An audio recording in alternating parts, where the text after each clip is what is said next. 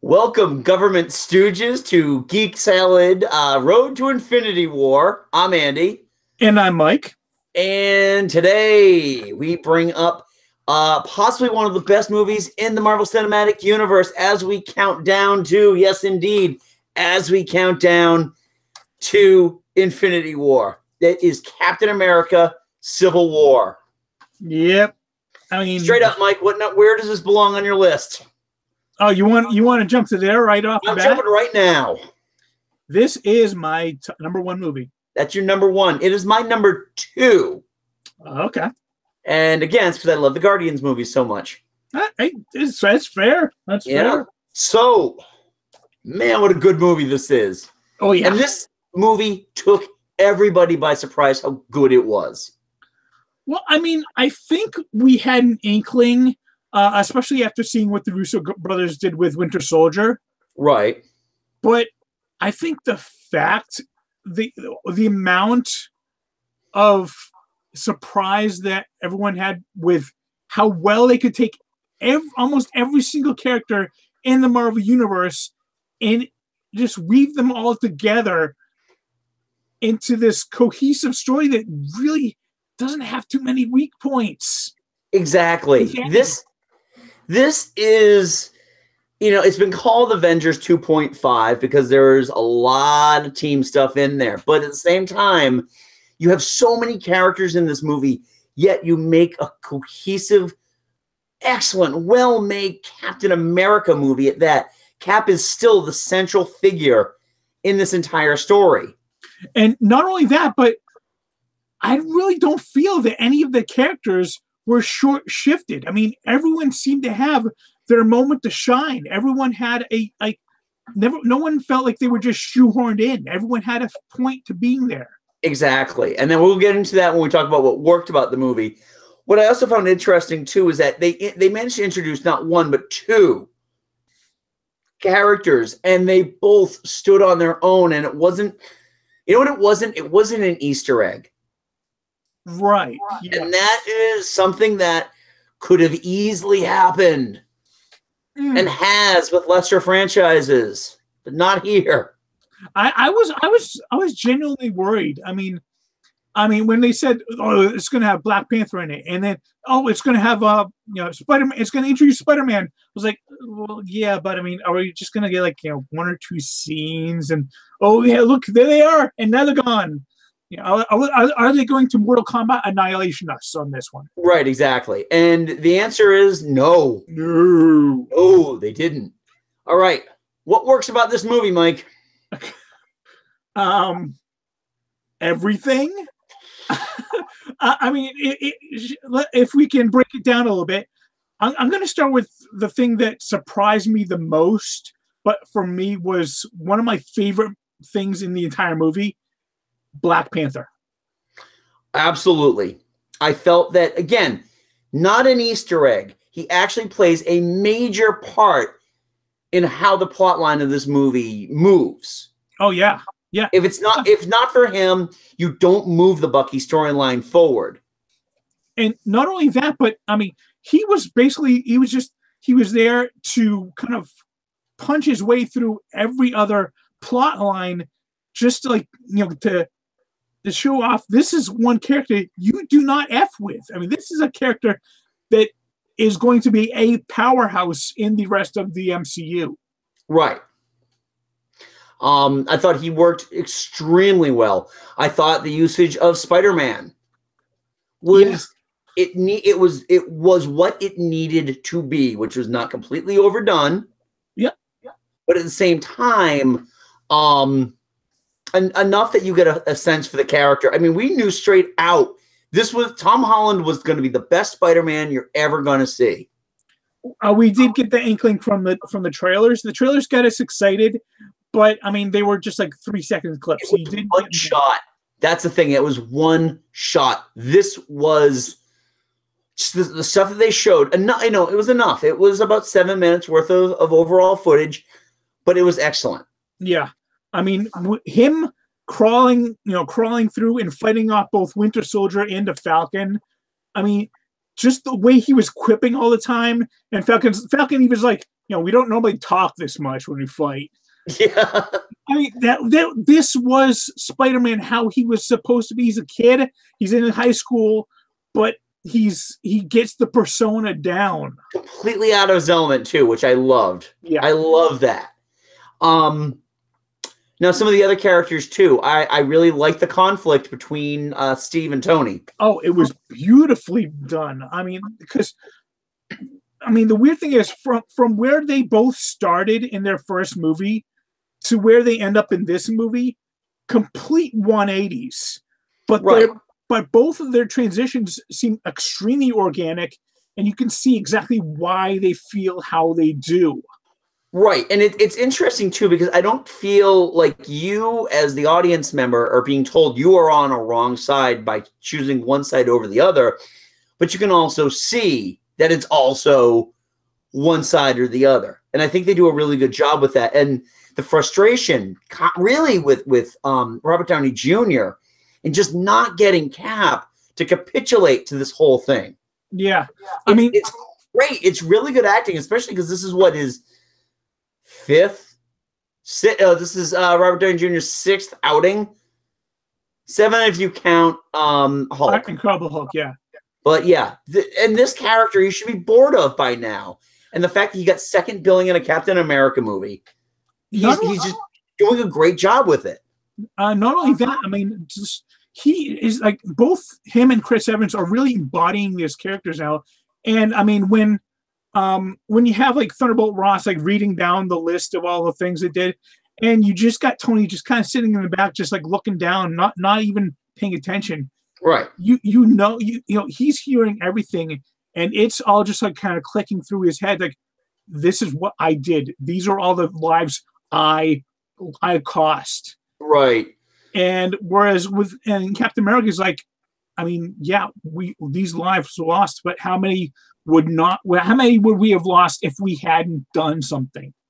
So you understand exactly where they are, and it's the ideals of a soldier. Yeah. Yeah, and let's just stick because it's on the TV behind me right now. The airport scene. Oh wow. When my children eventually go to film school, they should be teaching this for action directors, because this is the way you do action. This was cut so well, you can tell who's fighting who. You can focus on it long enough to get invested before you move to the next thing. Yeah, it was one fight flowing to the next fight, flowing to the next fight. There was never a jarring cut at all. It all weaves. Yes. Beautifully.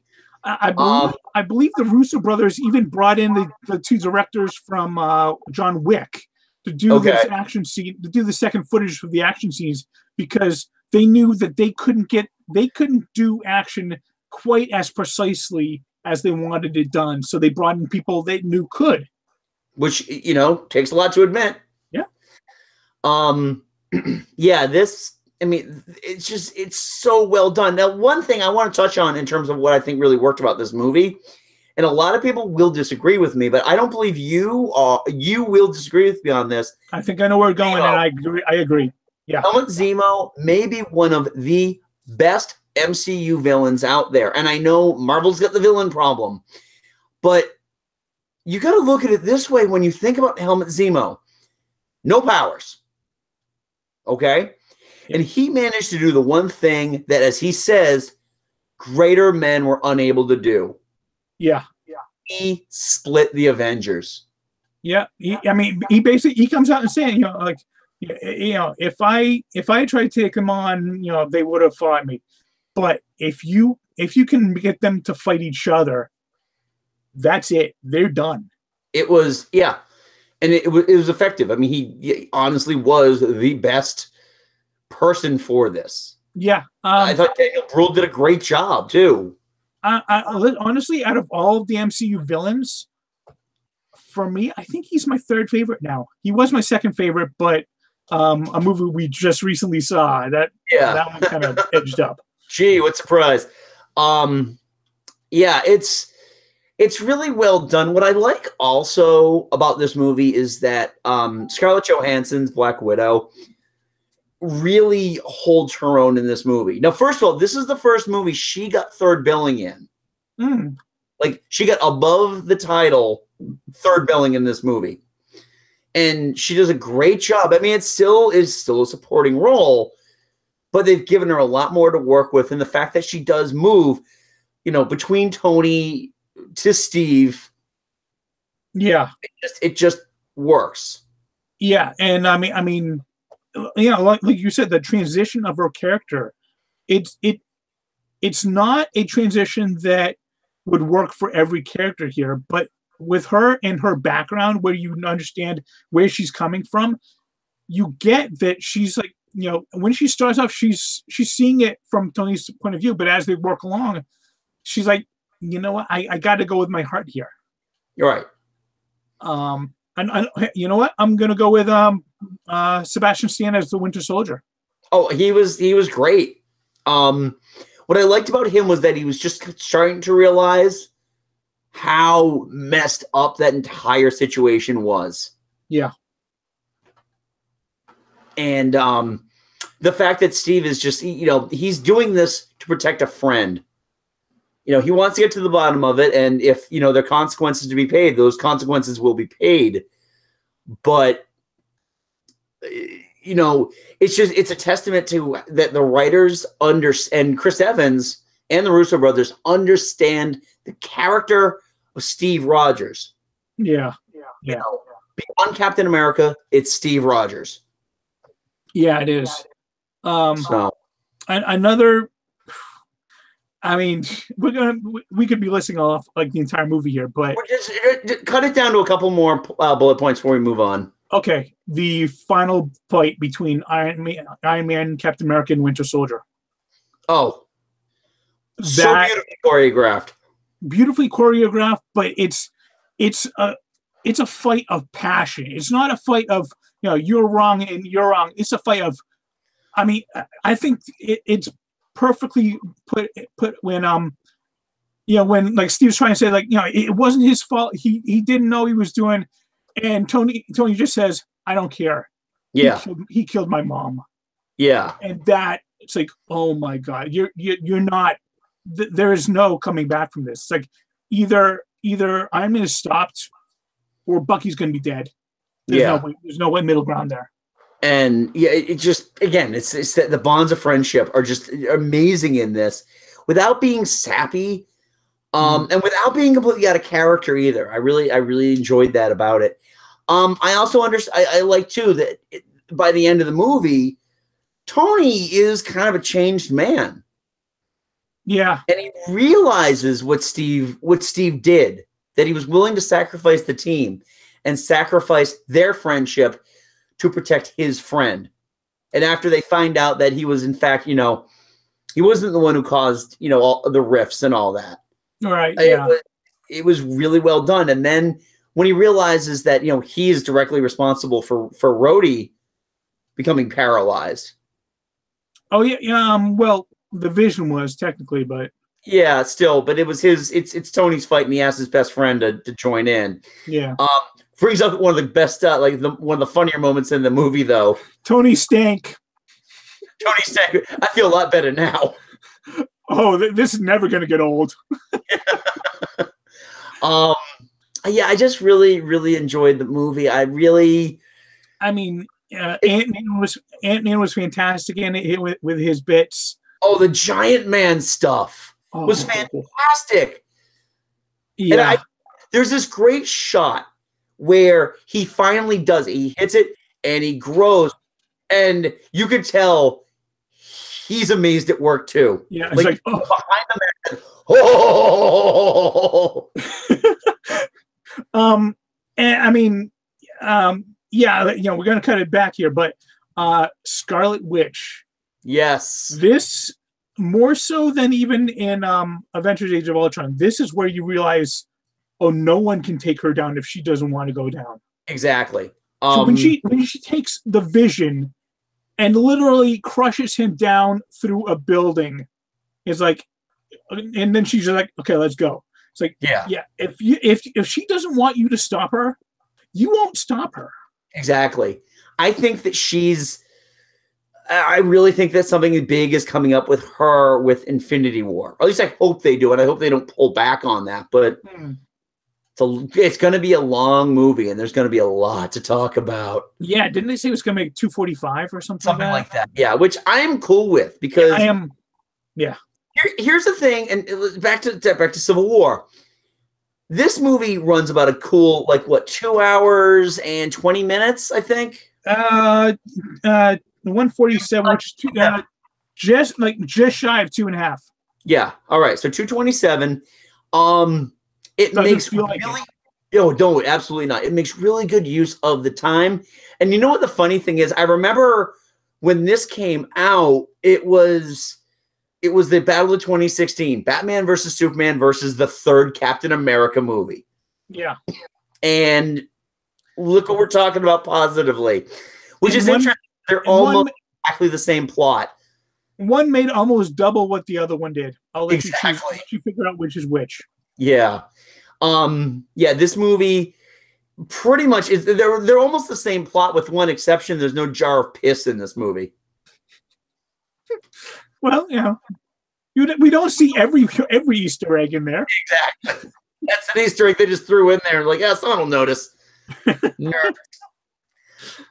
Yeah, I really it's tough to say what didn't work about this movie.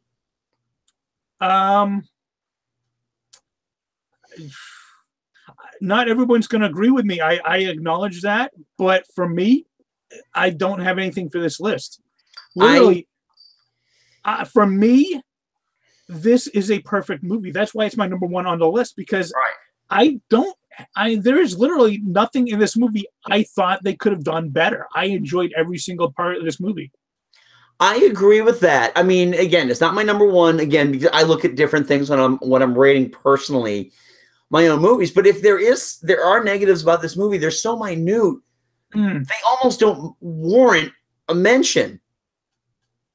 You can nitpick this. You can say that this should have just been Avengers 3, which I already said. It doesn't really. It's an Avengers movie for about a half hour.